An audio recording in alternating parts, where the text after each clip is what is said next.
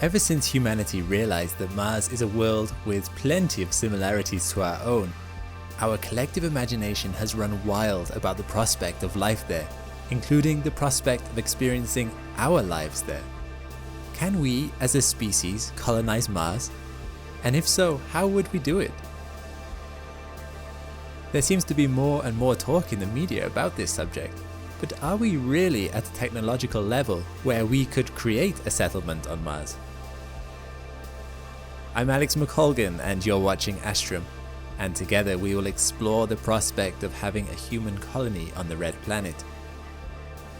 Today's video is a collaboration with Rafa from our Spanish channel. If you are a Spanish speaker, be sure to check out his channel here or through the link in the description. As you may already know, Mars has had several robotic exploration missions over the years, such as the legendary Curiosity and Opportunity rovers. The journey they went on and the things they discovered has helped spur a collective interest about the future prospects of Mars. In fact, there is now so much interest in Mars that private companies have been created to promote its colonization, such as the Mars Society and Mars One. All this fascination is understandable since our neighboring planet has a series of characteristics that make it similar to our home. It is the closest celestial body where life could have existed in the past. This notion has been around since as early as the 19th century, when astronomers began to attribute the geology of Mars to a Martian civilization. This wasn't a crazy assumption considering the technology we had at the time. A newspaper article from the New York Times in 1911 even spent time discussing the subject.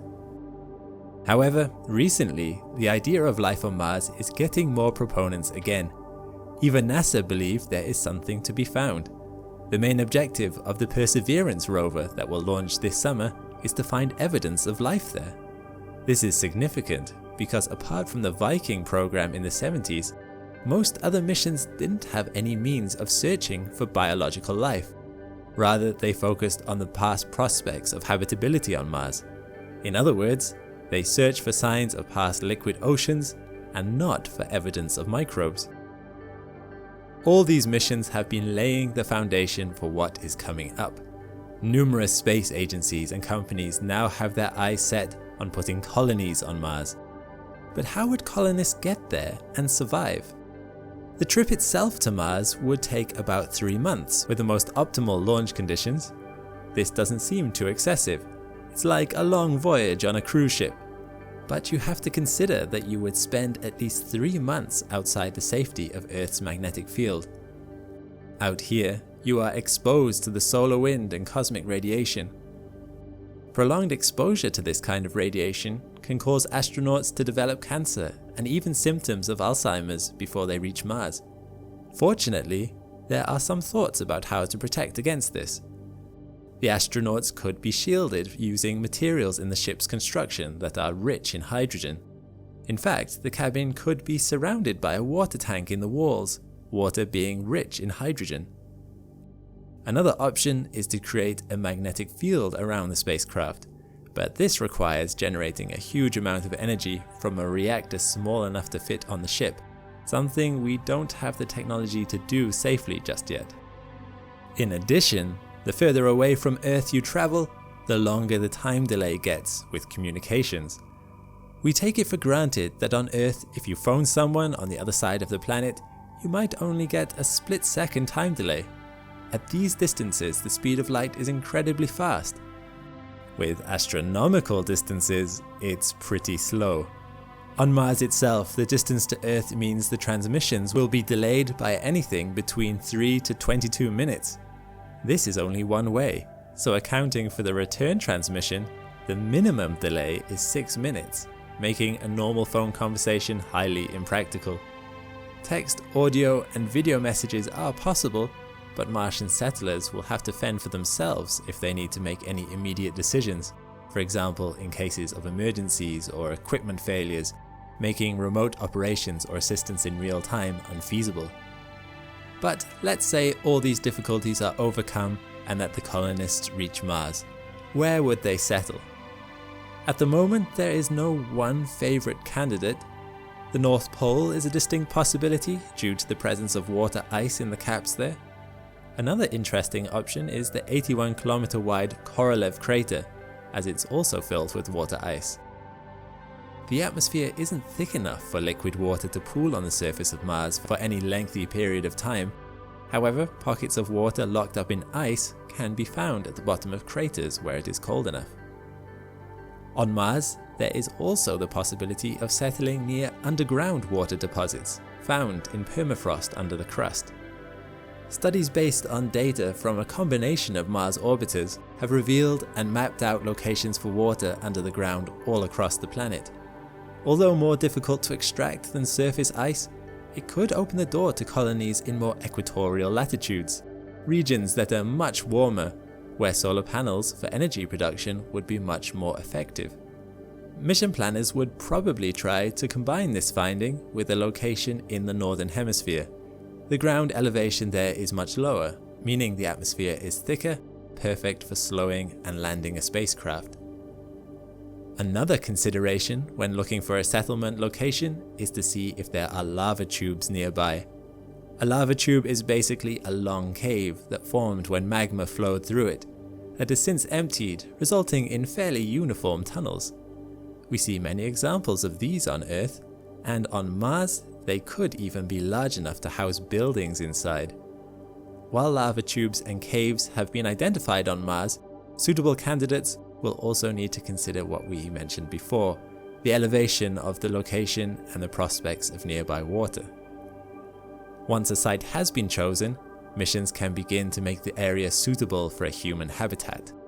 Not everything colonists could possibly need would fit in one spaceship to Mars, so several Forerunner missions will have to take place, laying the foundations autonomously for what the colonists will need. There have been several architectural competitions to find the best design for long-lasting habitats, although there is no model that is said to be definitive yet. There are a wide variety of proposals, from creating habitats using ice to habitats built with the design structure of fungi.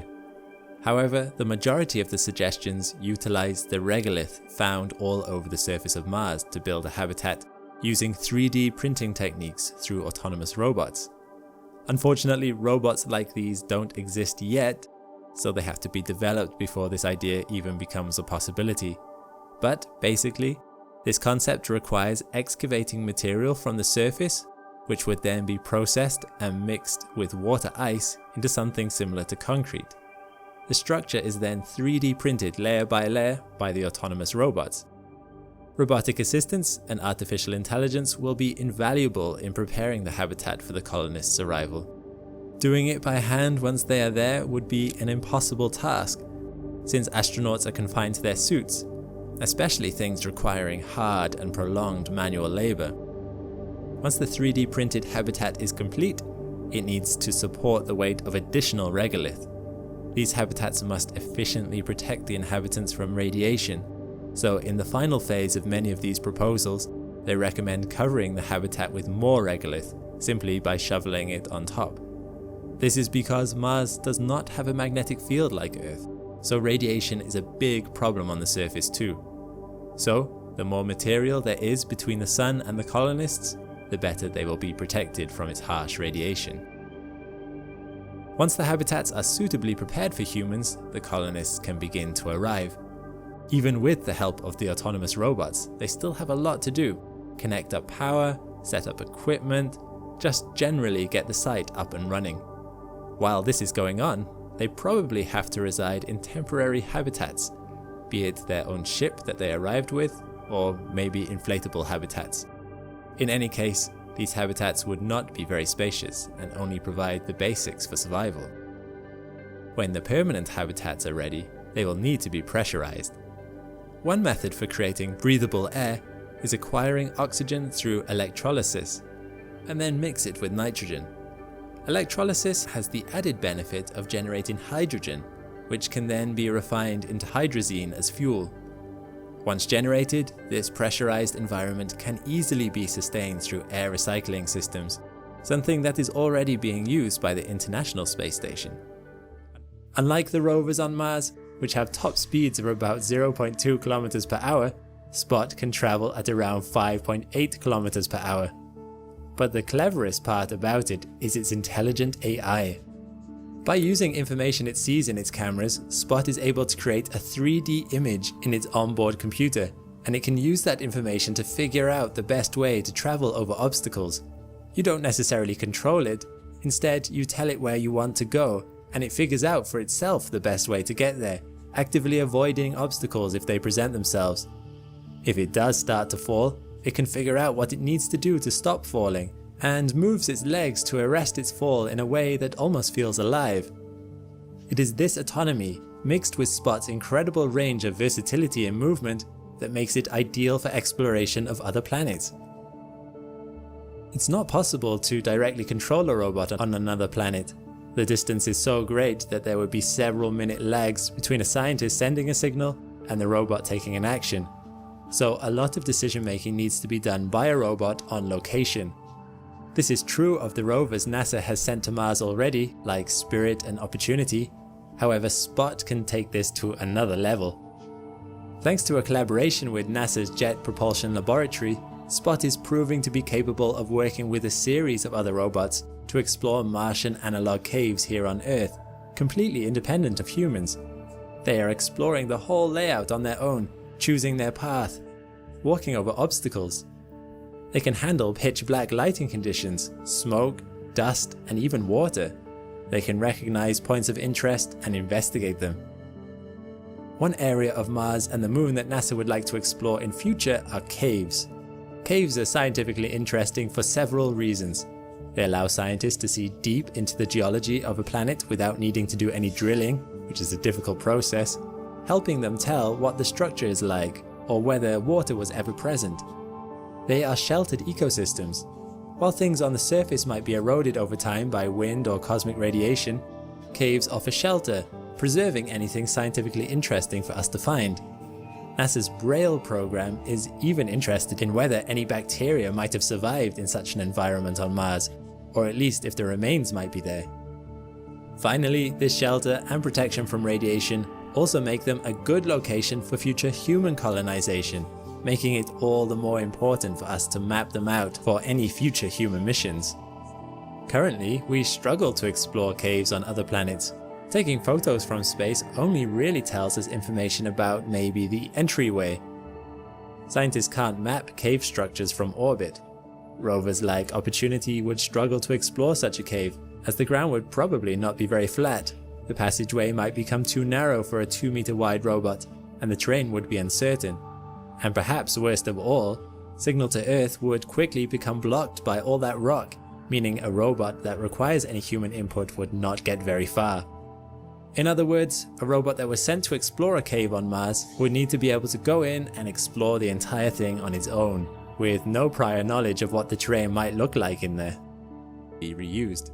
So, just like with the energy production, perhaps it would be wisest to use both systems, aquaponics and regolith. In any case, these farms will consume a lot of energy in the form of light, and they would need daily maintenance by the colonists. With all these systems, the colony would be self-sufficient, although it would not be an easy life. Confined to a small space, stuck with the same people, often eating the same things, and with constant tasks and stress. The psychological demands would be very taxing. Even on Earth, we have some very remote and lonely places where people live, for instance scientists in Antarctica or submarine crews. These groups undergo regular psychological checks to protect their mental health, and even in these situations, people there know that they can always be sent back home. But colonists on Mars are trapped. There's no immediate turning back, if ever, so only individuals with a strong mental fortitude could persevere. In addition, there is an array of health problems associated with low gravity. The zero-gravity experiment with the Kelly twins on the ISS brought up serious health issues that include loss of muscle and bone mass, vision problems, poor fluid distribution, a loss of balance sense, spine misalignment, cardiovascular problems, and a weaker immune system. While we don't know exactly how the human body will cope in a low-gravity environment for extended periods, settlers on Mars may struggle with some of these issues too. To counteract the risks, the settlers will have to do a lot of exercise, which further lengthens their working hours. NASA has even gone as far as to consider genetic modifications for the astronauts who embark on long-stay missions, to combat the dangers of radiation and microgravity, among others. This could even be plausible with current technology, although a lot of controversy on the moral limits of such manipulation arises. Still, even with all these considerations, there's no shortage of volunteers wanting to go. Every time there's been an opportunity, agencies and companies have received a barrage of applications from hopeful candidates. These colonies will depend on how technology evolves here, although at the moment it seems that we already have a lot, but not all of what is necessary to create bases outside of Earth. Many of us have seen The Martian, in my opinion a great film about surviving on the Martian surface. One part of the film focused on growing potatoes using Martian soil. But how practical is that in reality? Does Martian soil really have the nutrients needed for plants to grow? And would there be any adverse side effects from eating produce grown on Mars? As it turns out, Martian soil does in fact have a lot of the essential nutrients needed for plants to grow, depending on where exactly you are on Mars. Just like Earth, with some areas that have nutrient-poor soil and some with nutrient-rich soil, some parts of Mars would be better suited for growing plants than others. However, the soil on Mars is more like regolith. It hasn't had a history of worms, insects and plants mixed in. In 2016, researchers grew tomato, rye, radish, pea, leek, spinach, garden rocket, cress, quinoa and chives in an imitation Martian soil on Earth, producing only slightly less produce than they would have in Earth soil. Interestingly, they did the same experiment again with imitation moon soil, which produced about half the amount of produce. Yet, these crops still grew, with only spinach really struggling to perform. However, it should be noted that organic matter was added to the soil. In this experiment, cut up grass to fertilize the soil and fluff it up, allowing water to pass through the soil to the roots. Without that, the plants wouldn't have lasted long. Another barrier scientists would have to get over though is the abundance of heavy metals and, most importantly, something called calcium perchlorate in the Martian soil. Calcium perchlorate is a salt which, like heavy metals, is toxic if consumed in large quantities. This perchlorate and metals in the soil would be absorbed into the plants. Not so great for the plants anyway, but humans would then also absorb it into their systems when they eat the plants. But perchlorate isn't all bad. In fact, it could help humans survive on Mars. For one thing, it sucks water out of the air, which can be then used as liquid water. It can also give off oxygen. Again, another critical checkbox for survival ticked. So in short, it seems that there are two major problems to be overcome when growing plants on Mars. The first is the need for fertilizer. Going back to the film and book The Martian, Watney overcame this problem by using feces from the toilet as fertilizer. Typically, this is dangerous as feces contain pathogens. However, if the feces have been processed to kill the pathogens, it can then be safely used as fertilizer. Once production gets underway, you could always use the compost collected from the old plants and food. The second problem is the toxic perchlorates. Well, this has a simpler solution than you may think. Running water through the soil would rinse the perchlorates out, and you could then separate the water and perchlorates later so nothing is wasted. The alternative is to use perchlorate-eating bacteria, which give off oxygen as a byproduct. There is a reason why growing plants in future colonization efforts is so important. Not only does it make the colony self-sufficient, but there is also evidence that fresh foods, such as tomatoes, blueberries, and red lettuce, are a good source of antioxidants. Having fresh food like these available in space could have a positive impact on people's moods, and could also provide some protection against radiation in space. But without actually doing it, it's hard to say how well it will work on Mars itself. Although it should be said that plants have proven to be versatile. They have grown in Mars simulations on Earth. They've even grown on the International Space Station. The key will be whether plants grown on Mars are safe to eat or not.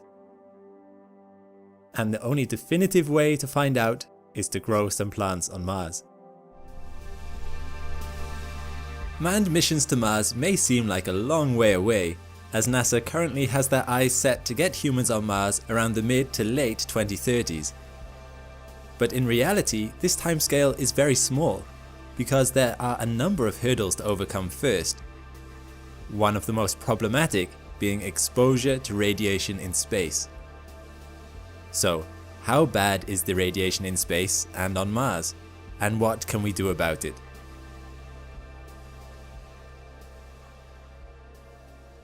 Radiation can mean a lot of different things. Light you are seeing now is a form of electromagnetic radiation. Radiation is also heat emanating from your central heating system.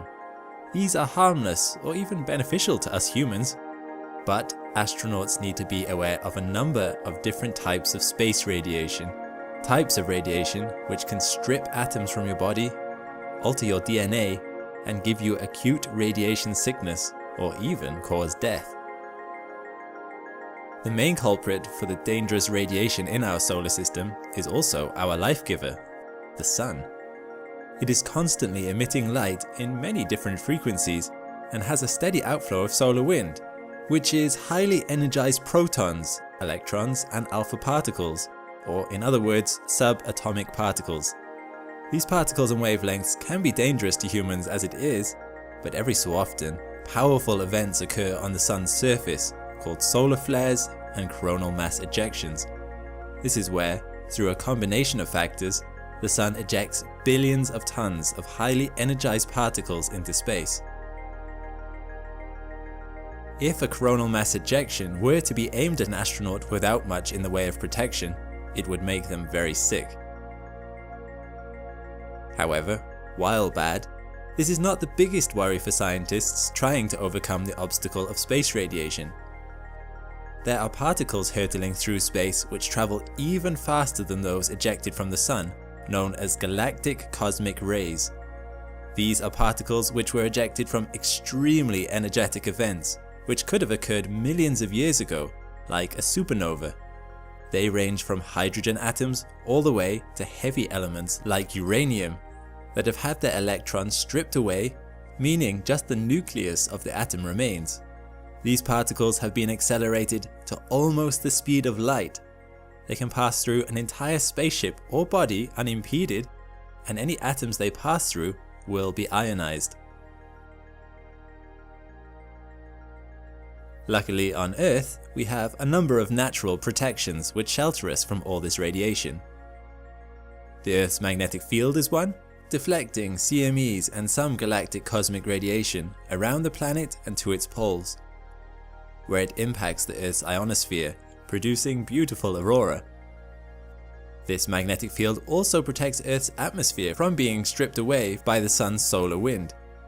And it's this atmosphere which protects us from any galactic cosmic radiation that got through the magnetic field, as these particles impact particles in the atmosphere before they can reach us on the ground.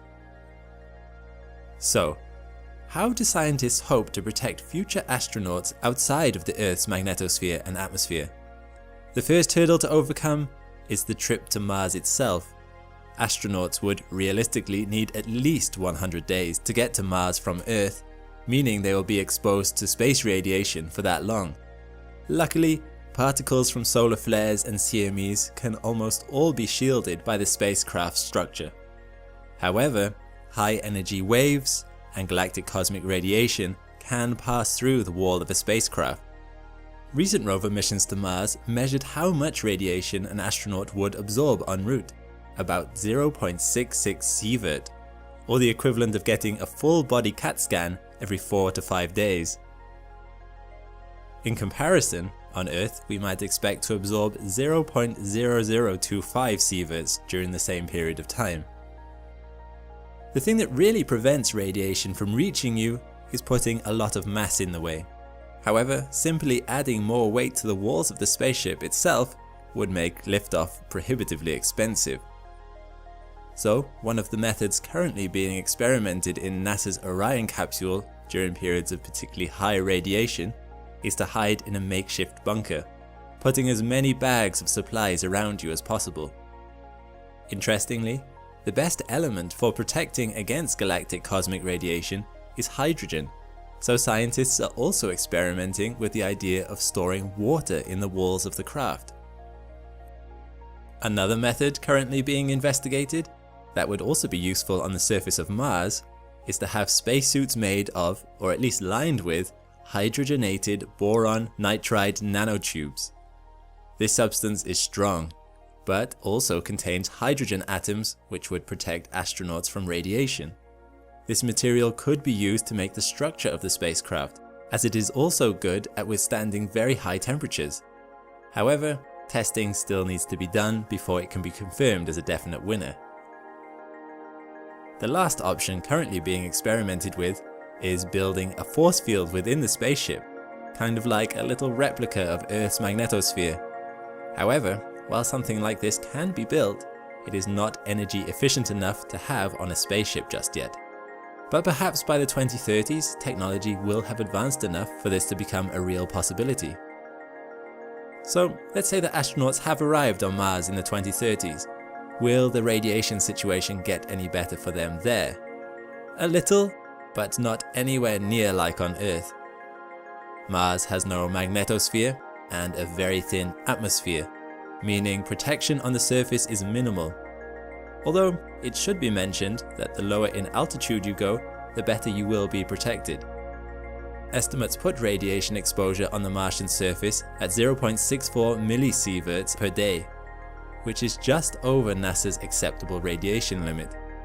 However, the plan is not just to dump astronauts on the surface. One idea is that earlier missions could go to Mars to fabricate a base using Martian regolith and 3D printing in preparation for any future manned missions. Having the massive Martian ground above any future settlement would protect the occupants from radiation, especially from dangerous CMEs. Should a CME come towards Mars, NASA's fleet of sun-observing spacecraft would warn astronauts outside the habitat to get inside with ample time to spare. So, while perhaps we have a lot more testing to do, it does seem like there are some workarounds in regards to space radiation. With all of them in place, it might be that space radiation can be kept to a low enough level to allow longer-term human exploration outside of Earth's magnetosphere. Do you think that mankind will ever be able to conquer space radiation? And what do you think of our chances to eventually be able to colonize the solar system? Or is it all a pipe dream? Or do you think there's an obstacle even more pressing than space radiation? Let me know what you think in the comments.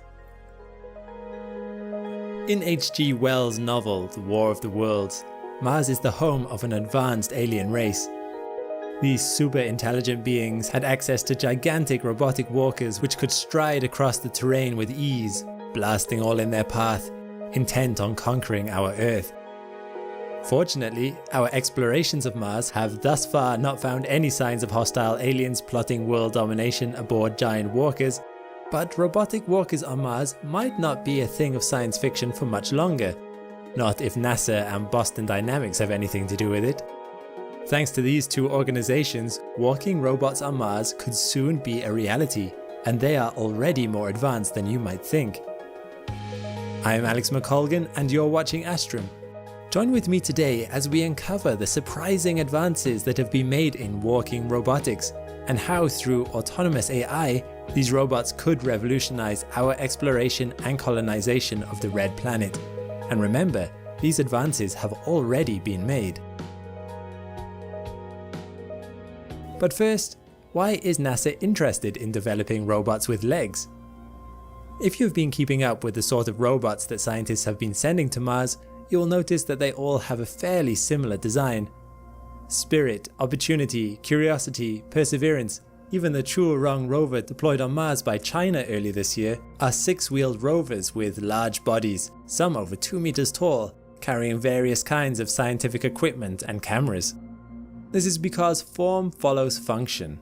Wheels are an easy way to help a robot to get around on a flat surface, and a large body allows for more scientific equipment to be carried. However, wheels also come with downsides, in that they limit the kinds of places these robots can explore. Spirit's mission suffered a serious setback in 2009 when it got stuck in soft sand, a trap it never escaped from.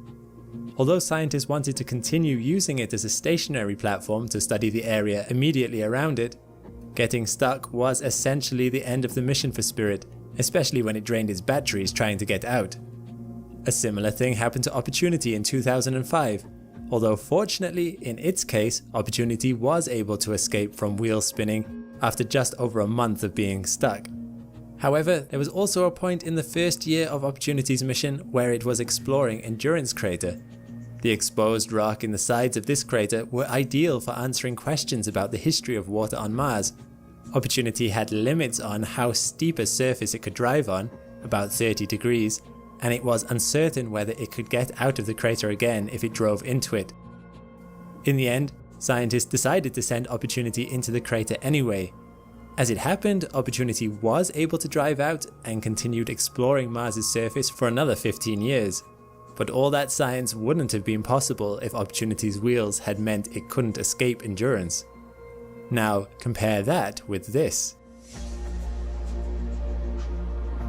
This robot, known as Big Dog, was created by robotics company Boston Dynamics, a company that makes some truly impressive robots.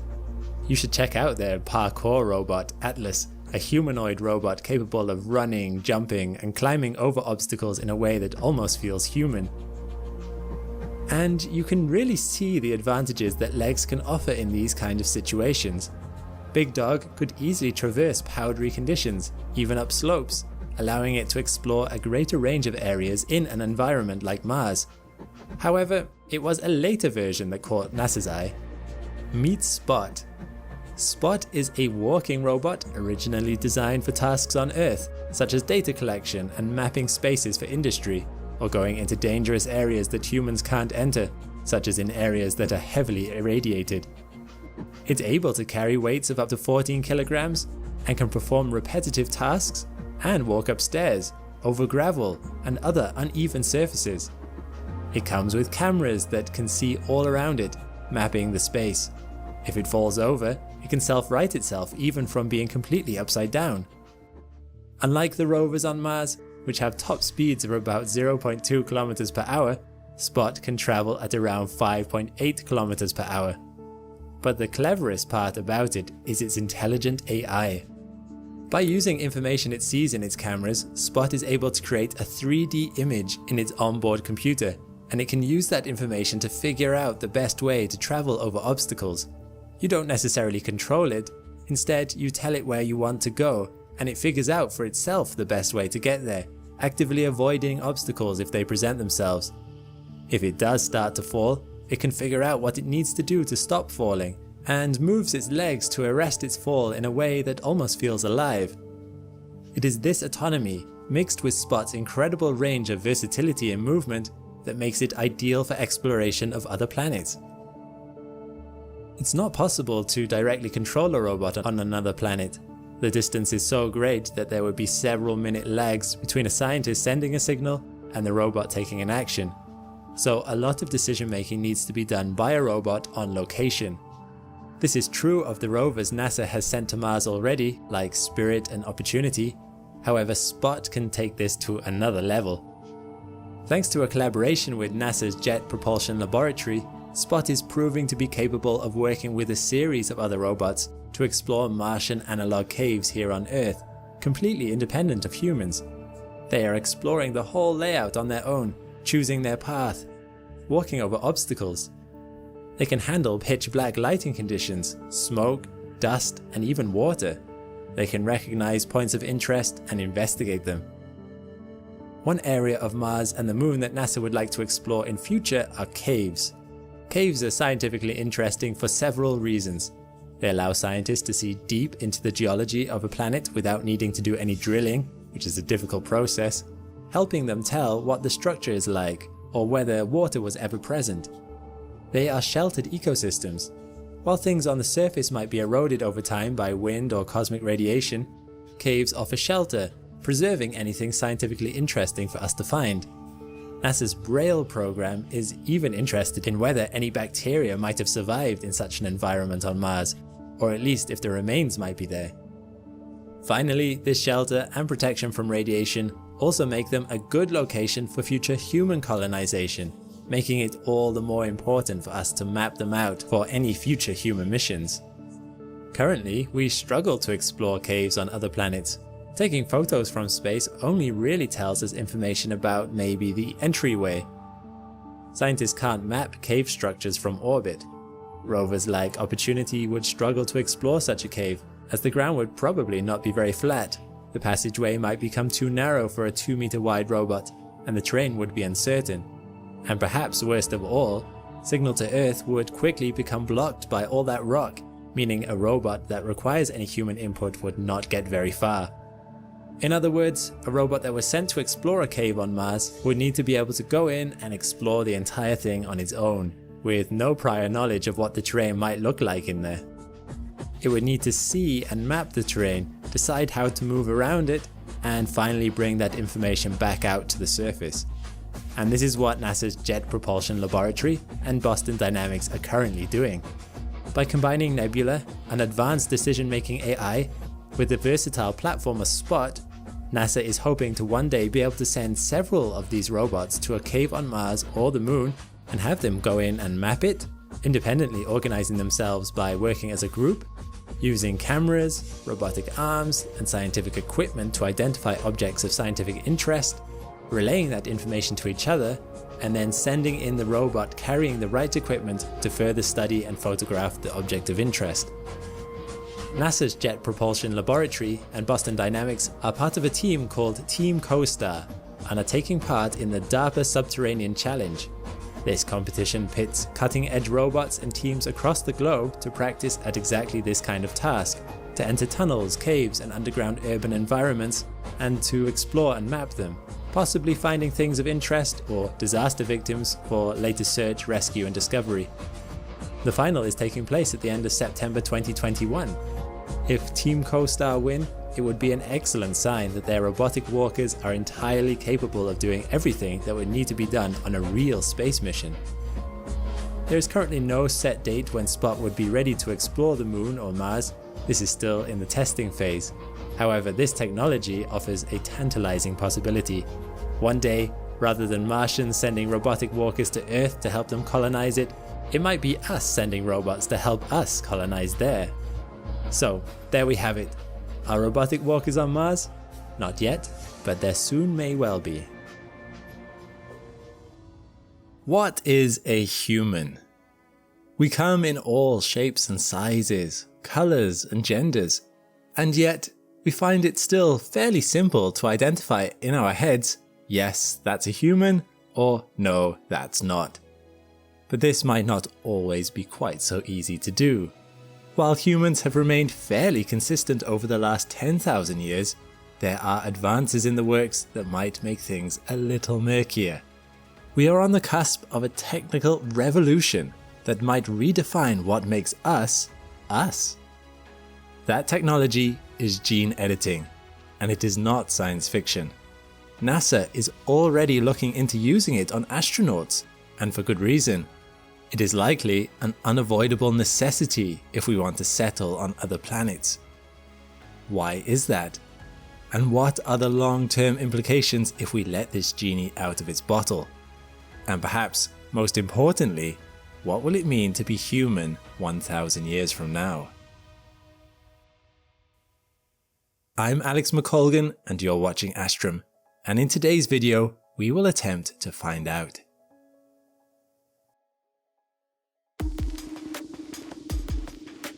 There is a pernicious obstacle out there for any would-be spacefarer. It is one you've likely heard of, but perhaps you've not realized how serious it was. Beyond the protective shroud of our planet's magnetosphere, radiation is a big deal. Even on Earth, we cannot avoid radiation. We are subjected to small doses of it every year, just from the rocks that make up the planet, and the tiny amount of cosmic radiation that seeps into our atmosphere. There is no truly safe amount of it, but the tiny dose of roughly 3 millisieverts a year is usually no bother to us.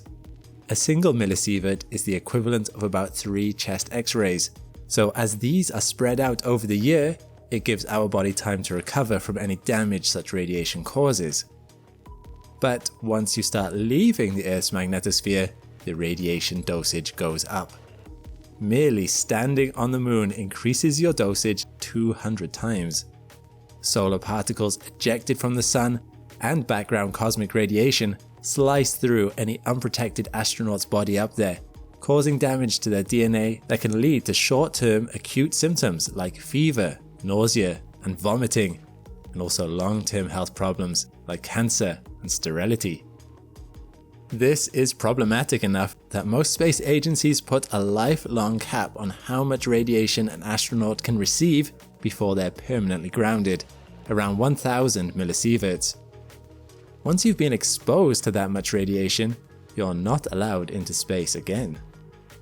But problematically, even with all the shielding that humans can muster, it is currently estimated that the round trip to and from Mars will give you a dosage as high as 1200 millisieverts.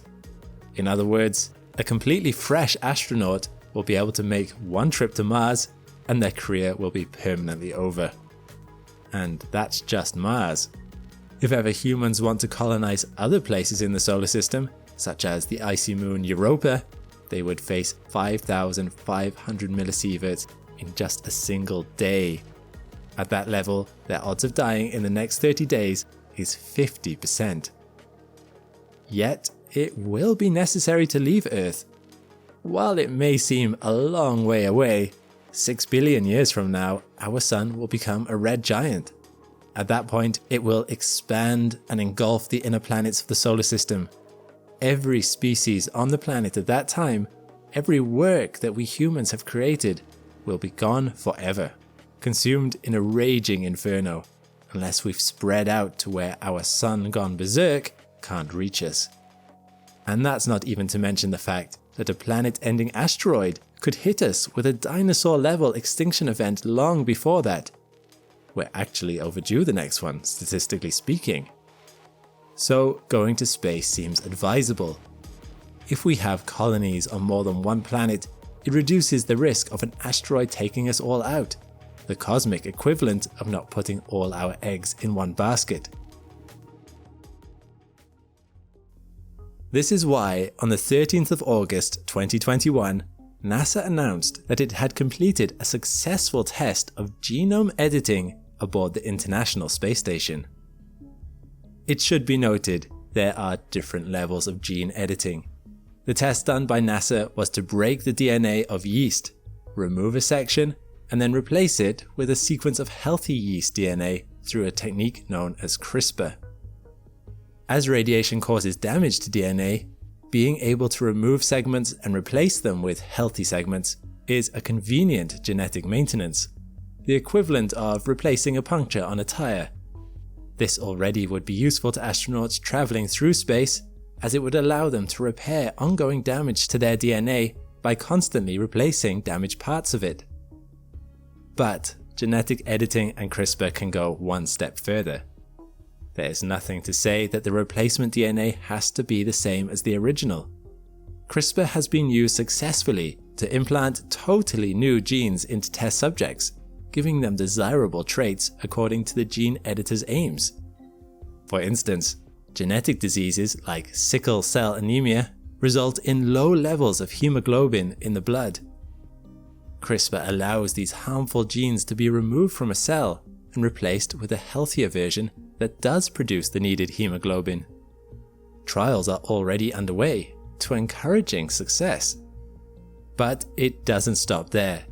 CRISPR can borrow genes from entirely different species. Tardigrades are microscopic little animals that carry the nickname water bears. Their claim to fame is that they are resilient to all sorts of harsh environments. They can survive radiation, desiccation, which is being completely dehydrated, and have even survived the harshness of space. That radiation resistance is particularly interesting to us, and the result of a protein they produce called DSUP.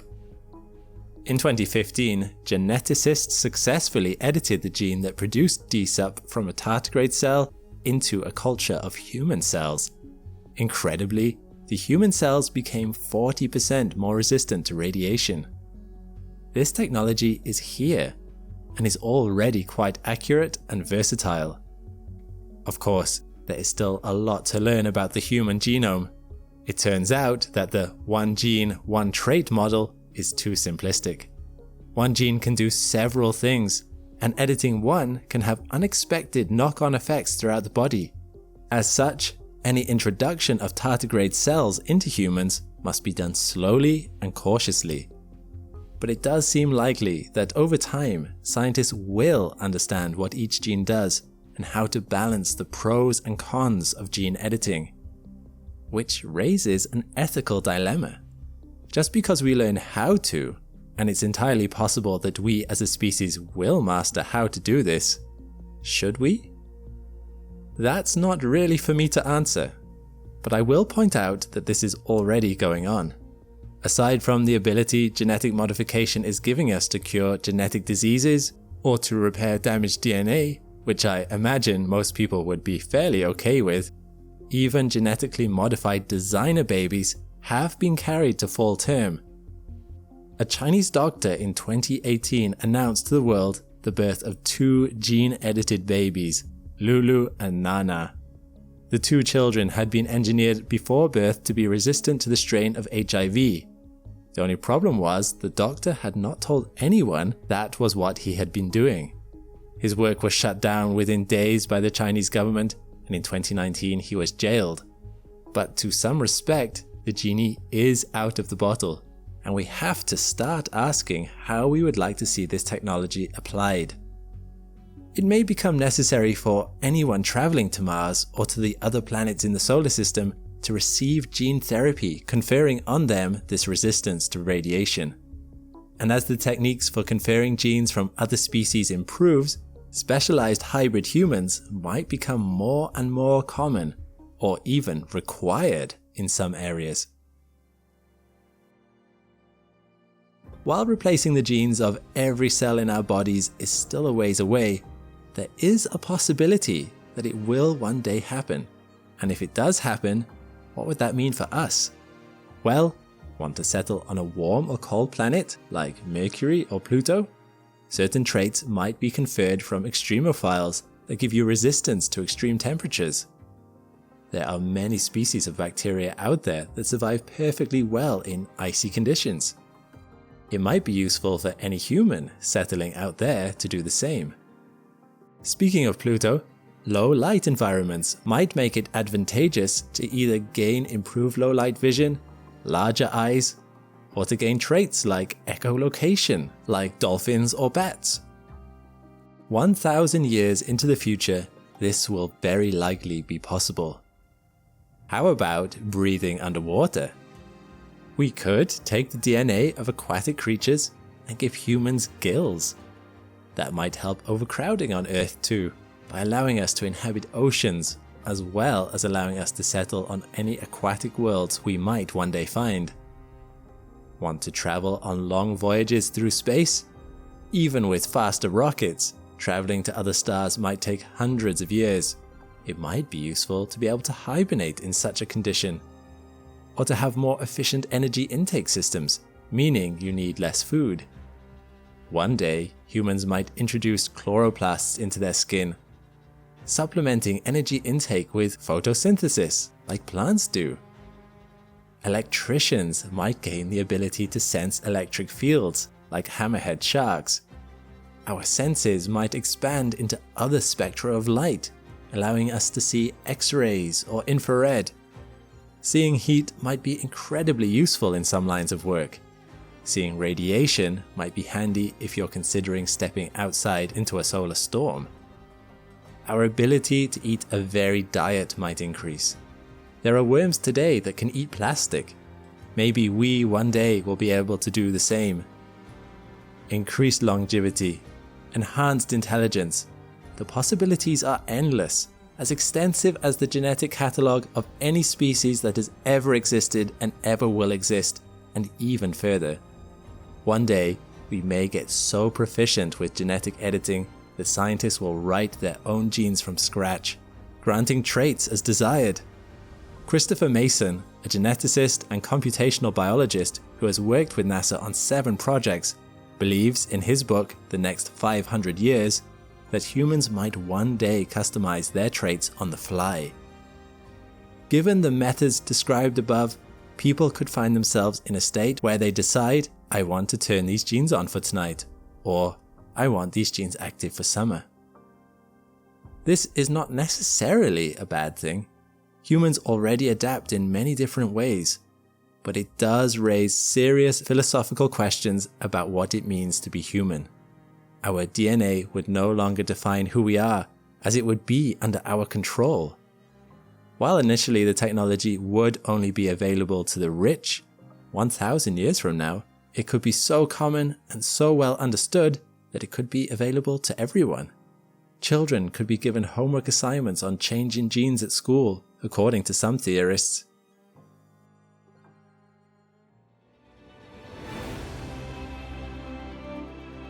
What is a human? Is it our DNA? Our ability to communicate? Is it what we look like? 1,000 years from now, humans might look more different from each other than ever. Will it bring a deeper segregation to our society than what we already have? What would the ethical and moral dilemmas be? Genetic manipulation might even become a question of fashion and cosmetics. People giving themselves tails or wings for nothing more than the fun of it. It could be completely down to what they choose.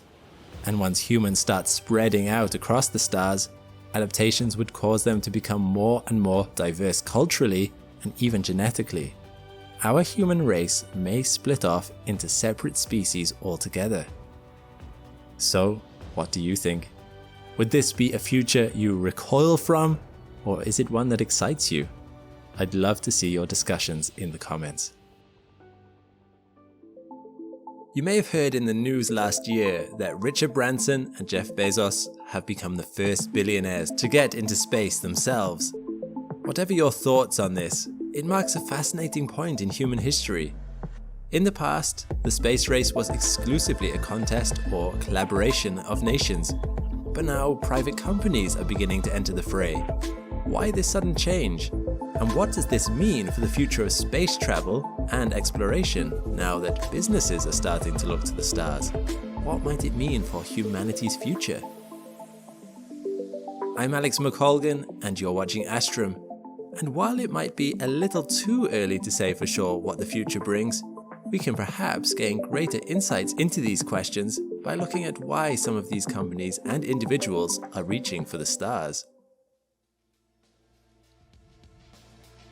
The commercialization of space is not a new thing.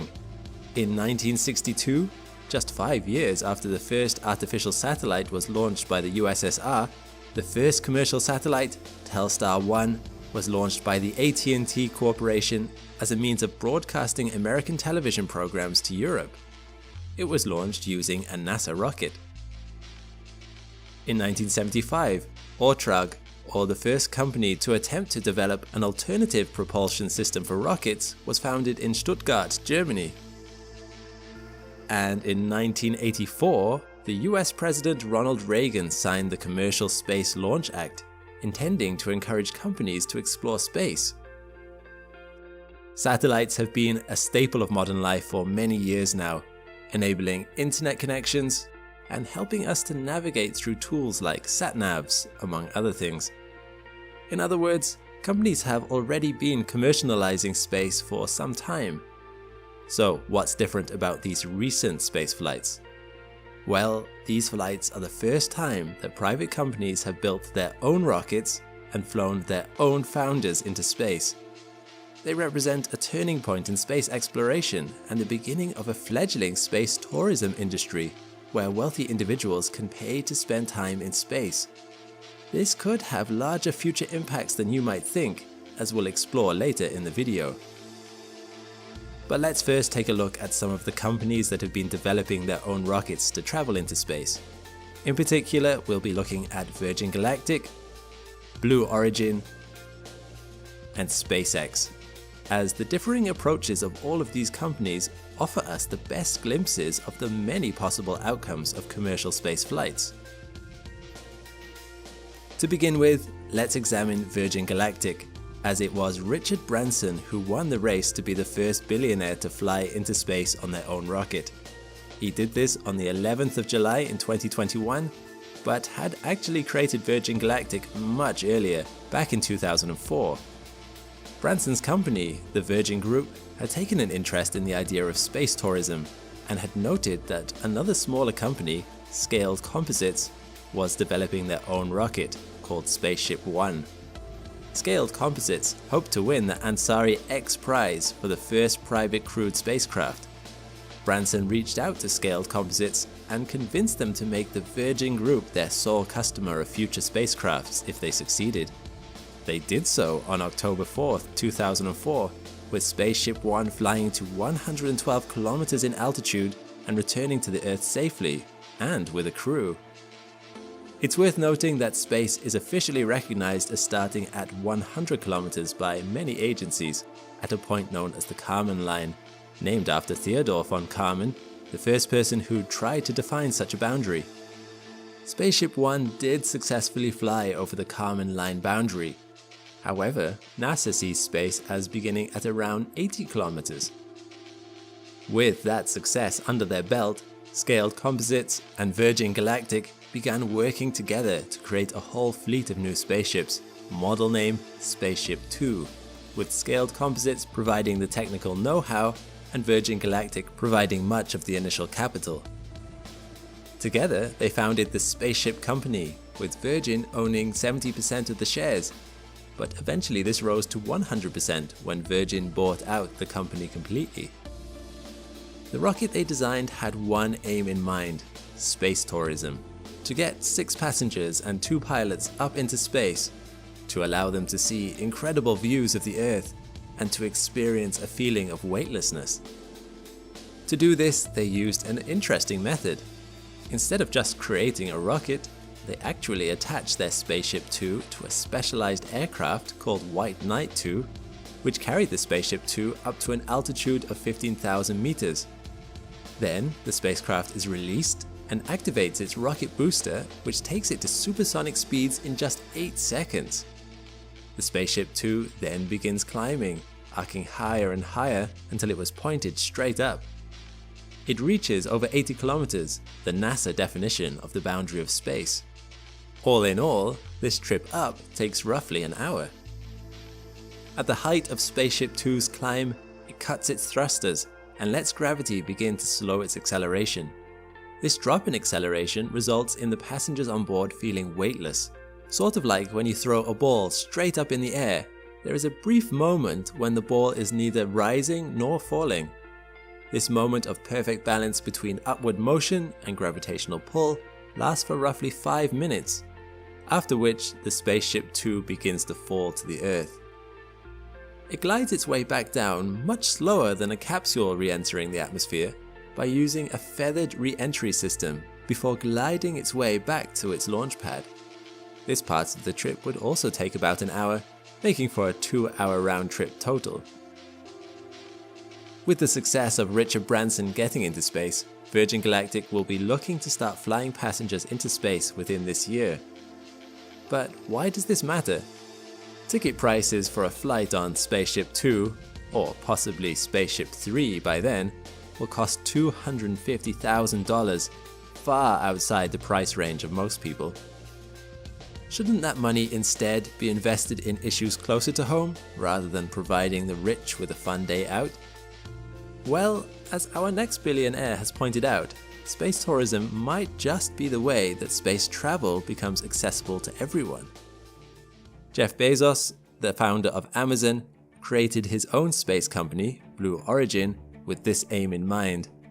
Bezos has always had an interest in space, mentioning in an interview at the age of 18 his desire to build space hotels, amusement parks and colonies for 2 to 3 million people who would be in orbit, However, this was not simply as a way to make money.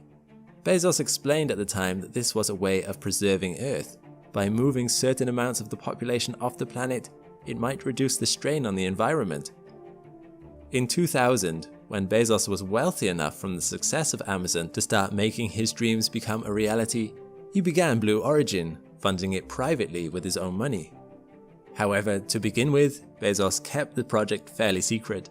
He did not reveal publicly that he had founded the company, and even in 2003, when he started buying land for a possible launch site, the public was left wondering what he wanted the land for. Unlike Virgin Galactic, which leaned on investors to fund its research, and so was very open with its aims, Blue Origin did not make much public noise for about a decade. It accepted a contract from NASA in 2009 and did publish a rough report on the progress of the rocket it was developing, but it was not until 2015 that it began to speak more openly about its goals. And those goals had not changed much from when Bezos was young. Blue Origin's first commercial rocket, the New Shepard, named after Alan Shepard, the first American to go into space, was also a tourism rocket. But Bezos made it clear in speeches that he did not intend to stop there. In his mind, this was just a beginning. In 2016, he made a speech where he compared the space industry now with aviation back in its infant days. In the early days of airplane flight, a big portion of people flying were those seeking the simple thrill of flying in a plane. This tourism and entertainment factor expanded interest in the industry, which made it so many companies developed the technology further. Nowadays, almost anyone can buy a plane ticket. Although spacecraft tickets are extremely expensive for now, in the long run, Bezos said that the space industry could go the same way. Bezos' rocket, the New Shepard, is a little different in design from Branson's. It has a more standard thruster that carries an observation pod up into the sky, which then detaches. It also goes higher than Spaceship Two, crossing the Kármán line to a height of around 107 kilometers. It also travels much faster. The whole trip, from takeoff to landing, will only last about 11 minutes, unlike Virgin Galactic's 2 hours, although it will no doubt carry a similar price tag for tickets. And Bezos is already looking ahead. Although 107 kilometers is over the Kármán line, it is still far from true orbit. Blue Origin's future goal is to get their next rocket, named New Glenn after another astronaut, into orbit. And as for the project after that, well, the name is New Armstrong. It is clear that Blue Origin intends to make its way to the moon. This is in line with Bezos' stated objectives, to pave the way for industry to more accessibly get into space. Although he doesn't expect to see it in his lifetime, Bezos has said that he expects much of the Earth's heavy industry to one day be done in space.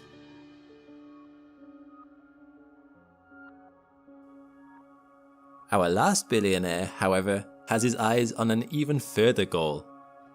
Elon Musk's company, SpaceX, is a little different from the other two.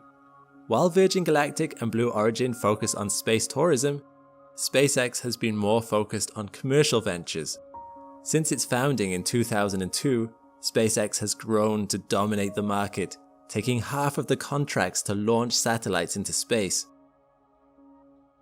Part of its success in this area is due to the fact that its rocket, the Falcon 9, is reusable. This reusability drastically reduces the cost of launches, making launching satellites and other cargo much cheaper. The Falcon 9 is much larger than New Shepard or Spaceship Two. While the latter two are roughly comparable, at 18 meters in length each, Falcon 9 is 70 meters. Its thrusters are powerful enough to get it into orbit.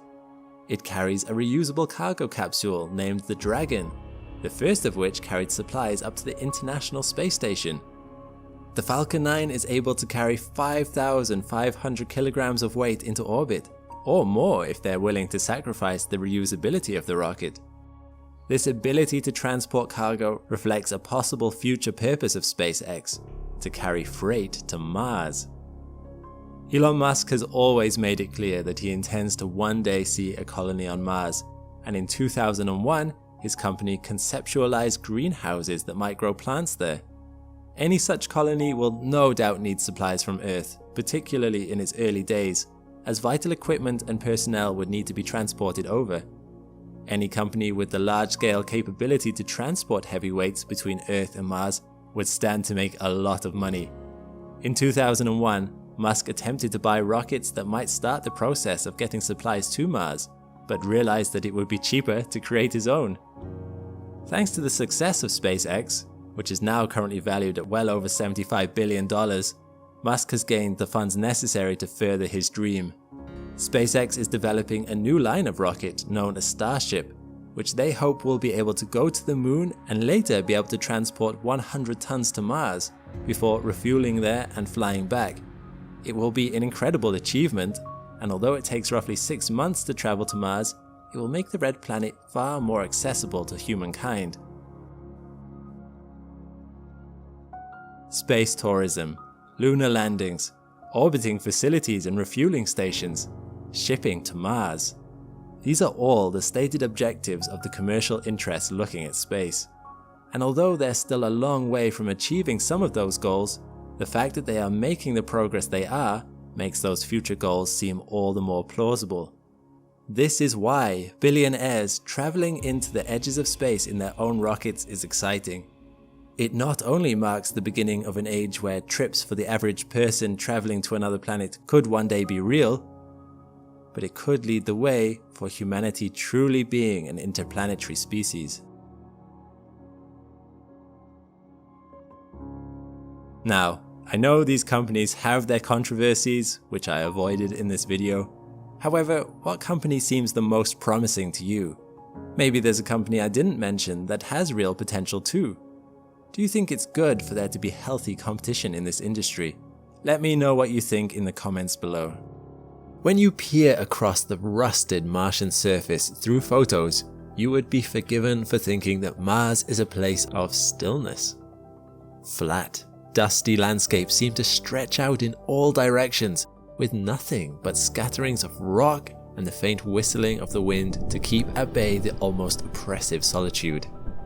But stay a while on this red world, and you will soon see a towering wall of dust and sand brewing on the horizon.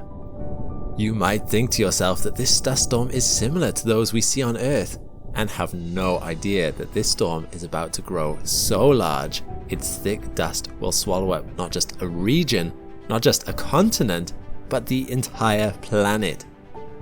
This all-enveloping superstorm arises on Mars usually every 3 Martian years, or about 5.5 Earth years. Its choking dust will blot out light for weeks, even months, and represents a huge challenge to the continued functionality of any technology that we put up there. If humans ever want to settle down on the red planet, it will be a hurdle we have to overcome. Which is a problem, as there is much about the origins of these storms that we still don't know.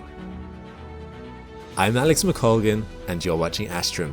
Join with me today as we explore what we do know about the characteristics, mechanisms, and impacts of the Martian super dust storms, and what any humans would need to be aware of to make it through one. Mars didn't used to have to deal with planet-sized dust storms. Although Mars is now a barren, arid planet, it once had a thick atmosphere that was warm enough to support the existence of running water.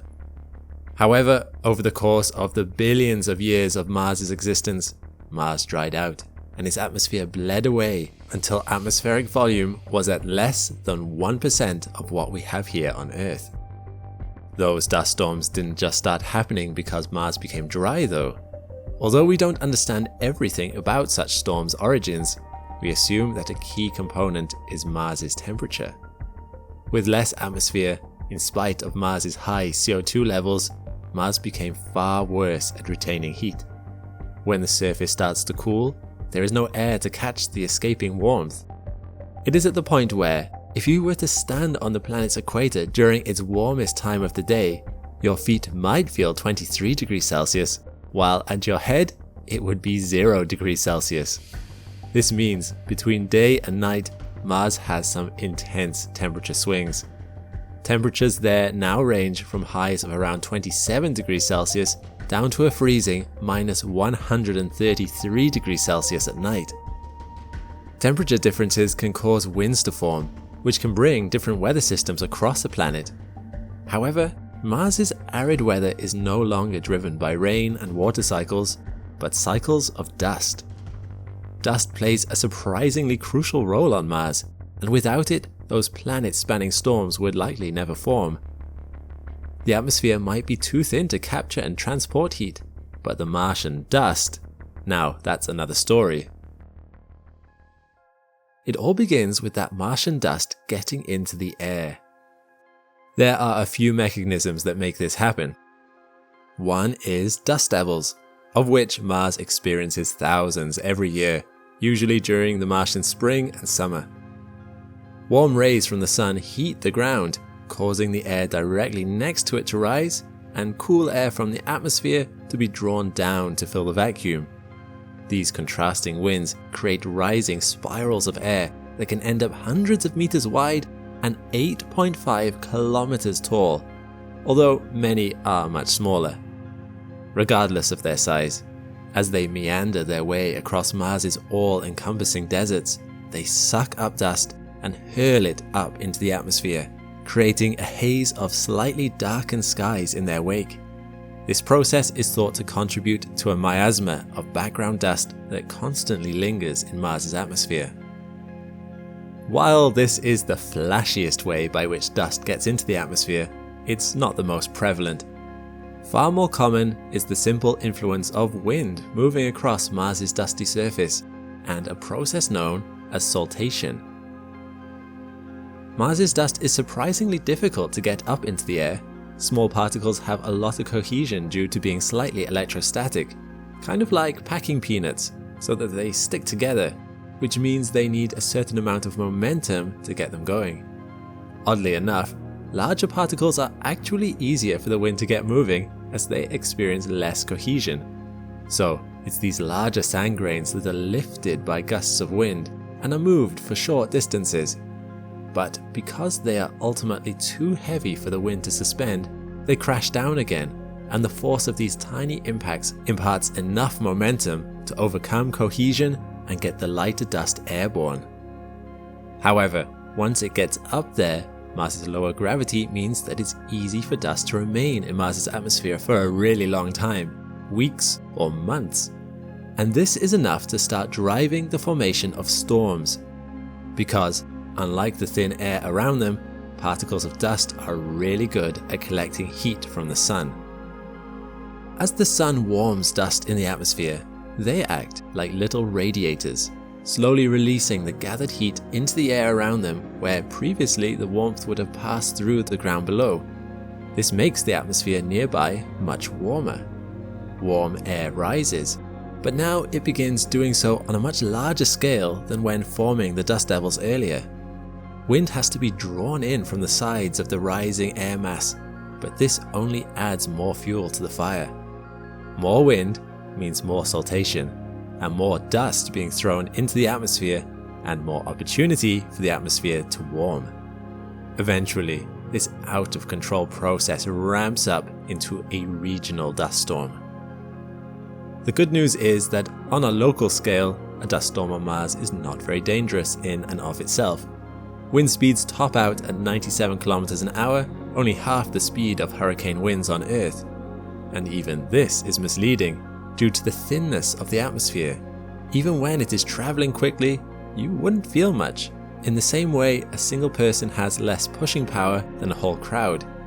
Despite what you might see in some science fiction stories based on Mars, dust storms are not powerful enough to push over spacecraft or break satellite dishes. However, such storms carry their own incidental dangers. It's very bad news for any Martian rover that relies on solar power to function if a dust storm filled with slightly sticky electrostatic dust particles suddenly passes overhead. Gradually, dust deposited from such storms is enough to block sunlight from reaching a rover's solar panels, which has spelled the end of more than one mission from Earth. But the problems magnify when you start scaling such storms to larger and larger sizes. Mars does not have a perfectly circular orbit. Every year, around the Martian southern hemisphere spring and summer, the planet is at its closest to the Sun and, as a whole, is warmest. For reasons we don't fully understand, during this time of year, regional dust storms start merging into a superstorm the size of a continent. It's of course possible that several storms just happened to be forming anyway and they started to merge just by proximity. Although their regularity makes it seem like coincidence is insufficient an explanation. After all, these happen yearly, like clockwork, once the temperature gets warm enough. Those are just the continent-sized ones. Scientists of yet do not have an explanation for the stage above that, the planet-sized storms. These occur once every 3 Martian years, which seems like a short enough timescale that you can rule out Milankovitch cycles as their origin. Those normally work on timescales of thousands to hundreds of thousands of years. Perhaps there is some aspect to the dust cycle that needs to restock, and it takes 3 Martian years, or around 5.5 Earth ones, to do so. We don't really know.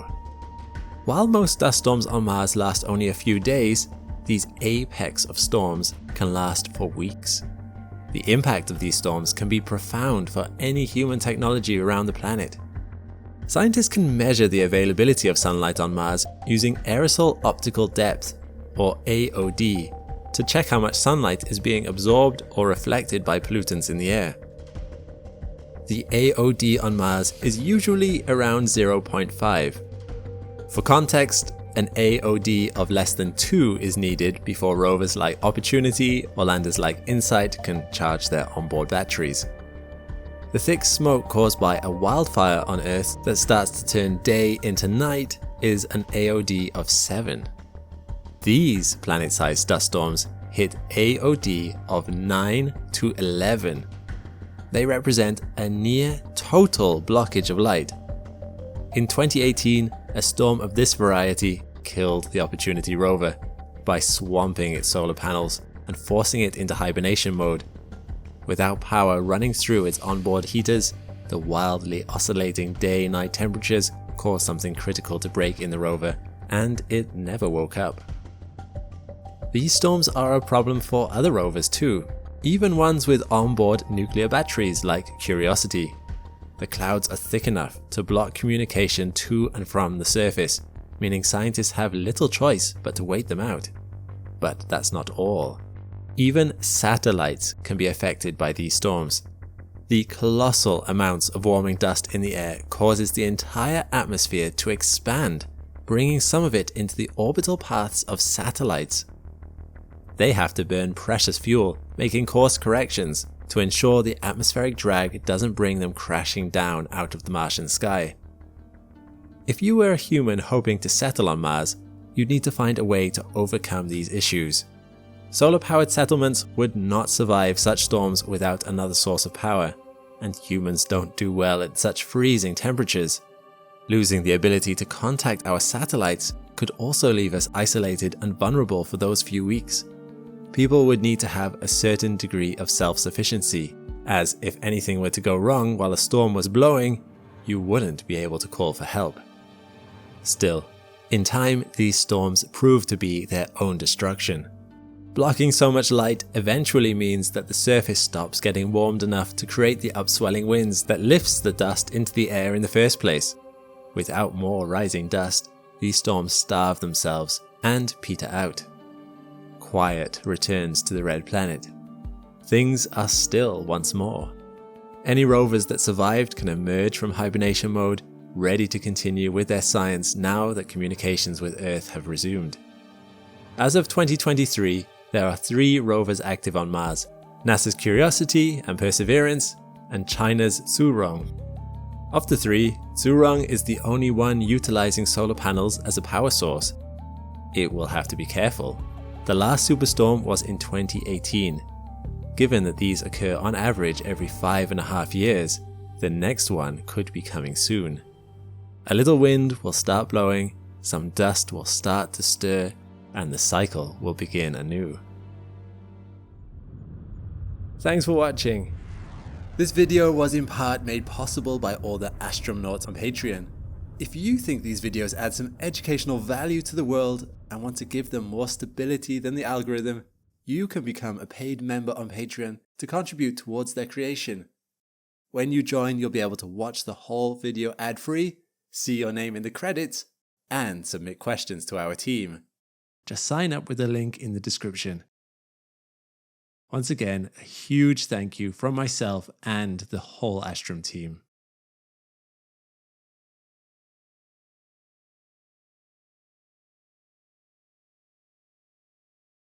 Meanwhile, click the link to this playlist for more Astrum content. I'll see you next time.